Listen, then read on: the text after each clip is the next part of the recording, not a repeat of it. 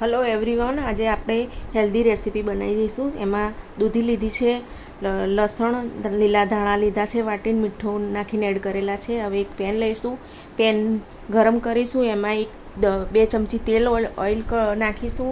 પછી એમાં જીરું અને રાઈનો વઘાર કરીશું। જીરું રાઈ તતડે એટલે બરોબર એને લસણ અને લીલા ધાણા અને મીઠું એડ કરેલું છે એની અંદર એડ કરી દઈશું અને પછી હલાવતા જઈશું। પછી અંદર ધાણા 1 ચમચી મરચું અને અડધી ચમચી હળદર નાખીને બરાબર હલાવી દઈશું।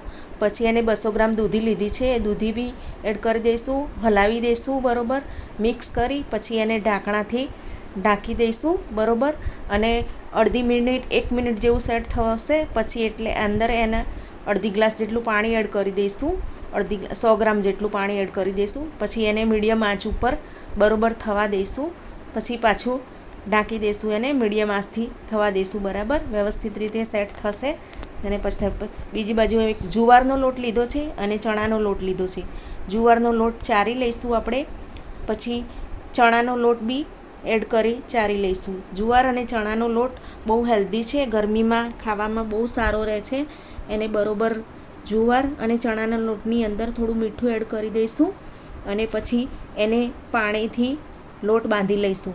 થોડું પાણી નાખી અને લોટ બરાબર ભાખરી જેવો બાંધવાનો છે, બહુ કઠણ બી નહીં ને બહુ ઢીલો બી નહીં। પછી લોયા લઈ લઈશું, એના વાળી લઈશું અને પછી ગોળ લોયા વાળી અને બરાબર એને વ્યવસ્થિત રીતે લાડવો વાળી અને પછી હથેળીમાં થોડું પાણી લઈ અને રોટલો બરાબર હાથથી અને અંગૂઠાની આંગળીથી પ્રેસ કરી અને રોટલો કરી લેવાનો છે। એને ગોળ ગોળ ગોળ વ્યવસ્થિત કરી અને પછી રોટલો બનાવી દેવાનો છે।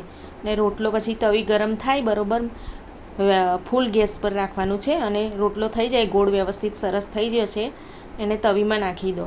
પછી એને થોડું શેકાવા દેવાનો છે। શેકાઈ જાય પછી એને થોડો વ્યવસ્થિત શેકાય ત્યાં સુધી બીજો લાડવો લઈ લઈશું અને એનો બી આપણે રોટલો બનાવી લઈશું। ત્યાં સુધી રોટલો થોડો એક બાજુ શેકાઈ ગયો છે, એને ઉલટો કરી લઈશું અને ઉલટો કરી અને એને પછી બીજી બાજુ શેકાવા દઈશું। બીજી બાજુ શેકાય ત્યાં સુધી બીજો લાડવો હાથમાં લઈ અને પછી આપણે એને બી રોટલો બનાવી લઈશું। બીજી બાજુ શેકાવા આવ્યું છે રોટલો, એને પ્રોપર શેકાઈ જાય એટલે પછી વ્યવસ્થિત ઉખાડી લઈશું એને અને કિનારી બી શેકીશું વ્યવસ્થિત। એની કિનારી બી વ્યવસ્થિત ગોળ ગોળ કરીને શેકવાની છે, ચારે બાજુથી ગોળ ગોળ કરીને કિનારી શેકવાની છે બરાબર। અને પછી એને ઉલટો કરી લઈશું। ઉલટો કર્યા પછી બંને બાજુ વ્યવસ્થિત શેકાવા દેવાનો ત્યાં સુધી બીજો રોટલો બનાવી લઈશું હાથમાં। આંગળીથી અંગૂઠાથી પ્રેસ કરી દબાવતા જવાનું છે ગોળ ગોળ, અને પછી રોટલો હાથ ઉપર હથેળી ઉપર લઈ અને દબાઈને બનાવતા જવાનું છે। ત્યાં સુધી પેલો બીજો રોટલો શેકાઈ ગયો છે, એ બી હવે ઉતારી લઈશું। બીજો રોટલો ઉતારી લીધા પછી આપણે બંને રોટલા બની જાય પછી ત્રીજો બી બનાવી લઈશું અને પછી સબ્જી અને રોટલો બહુ જ ખૂબ સારો છે, હેલ્ધી છે। લાઈક કરજો, સબસ્ક્રાઈબ કરજો, કોમેન્ટ કરજો। Thank you.